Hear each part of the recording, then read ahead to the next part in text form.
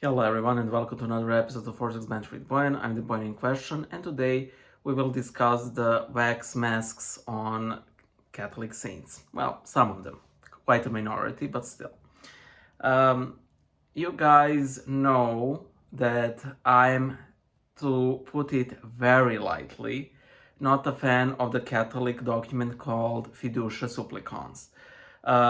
That document essentially invents a novel way of blessings, and I'm quoting the document here, that allows people who live in irregular relationships, primarily homosexual ones, I mean, that's clearly the intent, to receive the blessing from the church. So individuals in those relationships get to receive the blessing.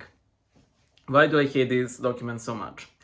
Well, apart from the fact that in a way it gives a blessing to a sinful union, despite it claiming otherwise, it took me quite some time to actually pinpoint what I minded about it so much, and then over time it sort of I understood what the issue was. It is the way the entire thing is framed.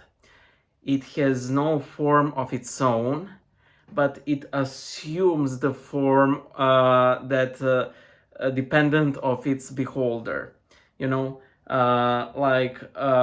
For the traditionalists who support the current Catholic establishment, it only provides a novel way to bless individuals within a sinful relationship to strive better for the Gospels. However, for people who actually want to, in a way, legitimize their sinful relationship, it provides a bit of a venue to do that. And it's clear from the document itself that it is meant to be two-faced, because it provides no standard text of the blessing, which is very unusual. Are you really telling me that blessing a rosary is so much more difficult that it requires its own blessing, to have a sort of standardized formula, invocation, what have you, but you can't provide even examples for this in such an important document that will gather a lot of controversy and that will be misused, which happened 2 hot seconds after it was published. I want to be clear here. My own church is not immune to this. I ranted about this previously on this channel. The company Rio Tinto wanted to create a lithium mine here, and for the strangest reason, the Serbian Orthodox Church kept very quiet about it, completely quiet. I meant, of course, the hierarchy, individual, people attended protests, but when it comes to hierarchy, it was next to complete silence. However, at one point, suddenly there appears a text on the website signed by a priest and prefaced with opinions expressed in this text are solely of the author. Again, with that Fiducia Supplicans principle. If somebody asks the hierarchy, why did you support the company? They can say, no, we didn't. We published a text against it. But if somebody presses them and how dare you oppose our project, they can say, oh no, it was just some random priest. Of course, the patriarch never said anything.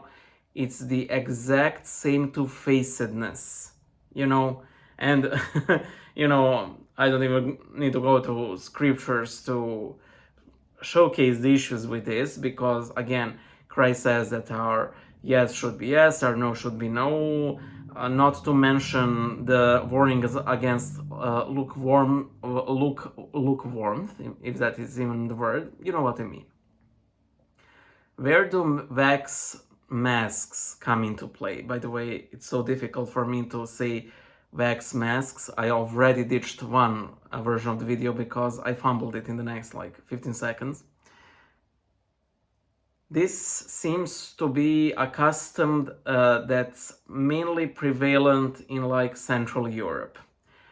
How did this begin? I have no clue. Again, this is a Slav channel essentially, so I didn't go because it really doesn't matter so much. But it's that Fiducia Supplicans principle at play again. A lot of, simple folk will think that, oh wow, look at how incorruptible our saints are. And even some, Protestants or Orthodox might also be deceived by this in the sense of, wow, look how incorrupt their saints are. Like, they look like on the day that they've died. But, that's a deception, isn't it? Because we, the first sign of incorruptibility with a saint is that their muscles are sort of still supple after some time after they died, and for a couple of days or even weeks after they died, they really do look as if they have fallen asleep yesterday. However, even with the most incorrupt of the incorruptibles, they, well, I hate to put it this directly, but they sort of look, like mummies, all really dry in their face, and they have like gnarly hands and so on. They don't look pretty, and that is why even with the incorruptibles in the Orthodox Church, we tend to cover their faces with a veil. There are notable exceptions to this. And what for example, there is, I think his name is Ile, I think that's how it's pronounced, so Elijah.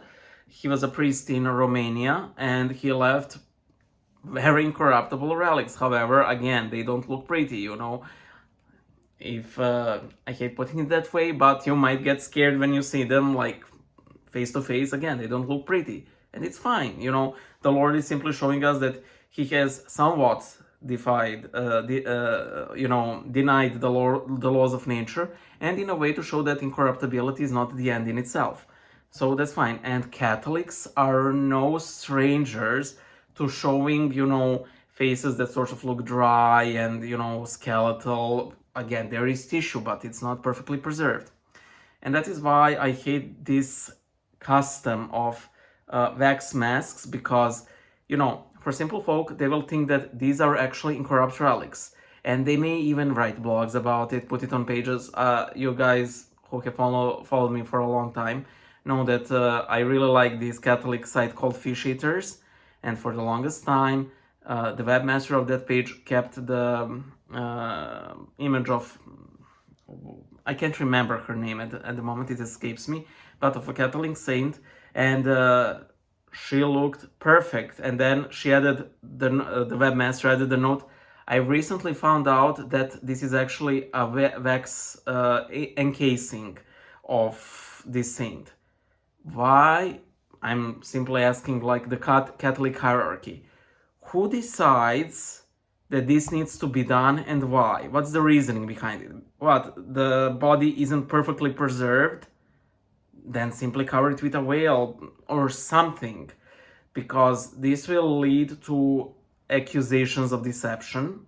And there is, I think, a definite element here of it, because, again, with the Fiducia Supplicans, some people you will deceive and there you will keep quiet, but when somebody accuses you of deception, well, we put it on the website, or we put it on this little plaque here, inconspicuous, plaque that it's a wax casing and so on. Again, no need to do it. I'm sad to say that even my favorite Catholic saint, who I would say that I'm a fan of his in the sense of his personal devotion is really inspiring to me. Jean Vianney, the parish priest of Ars, is encased in this silly wax. Simply remove it, Nobody's gonna be afraid of these, like, bones or anything. Put it in a nice reliquary, in a nice sarcophagus. Relics don't necessarily have to be seen,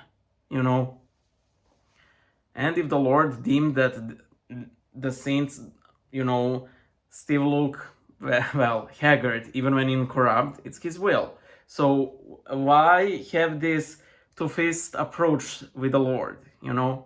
And I personally, I don't think this is something that is an orthodox critique of a Catholic practice. I think this should be a universal critique that should also come from within the Catholic Church, because it looks bad, you know. Okay, it's amazing how lifelike some of these effigies can be, you know, it's really amazing, it's a testament. But then make a separate wax statue that's clearly not intended to be the body, in close proximity to the relics, you know, the art can still be there. So yeah, this is something that I found annoying. I wanted to share with you. I also hope you find this,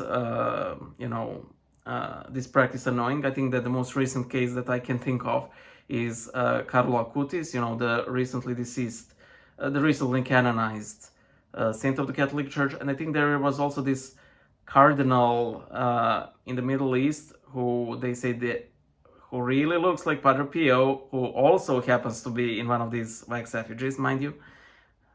Again, why do this? It's in no world it is excusable. If there is some reasoning behind this, I'm willing to hear it out, but I honestly doubt there is. So yeah, see you.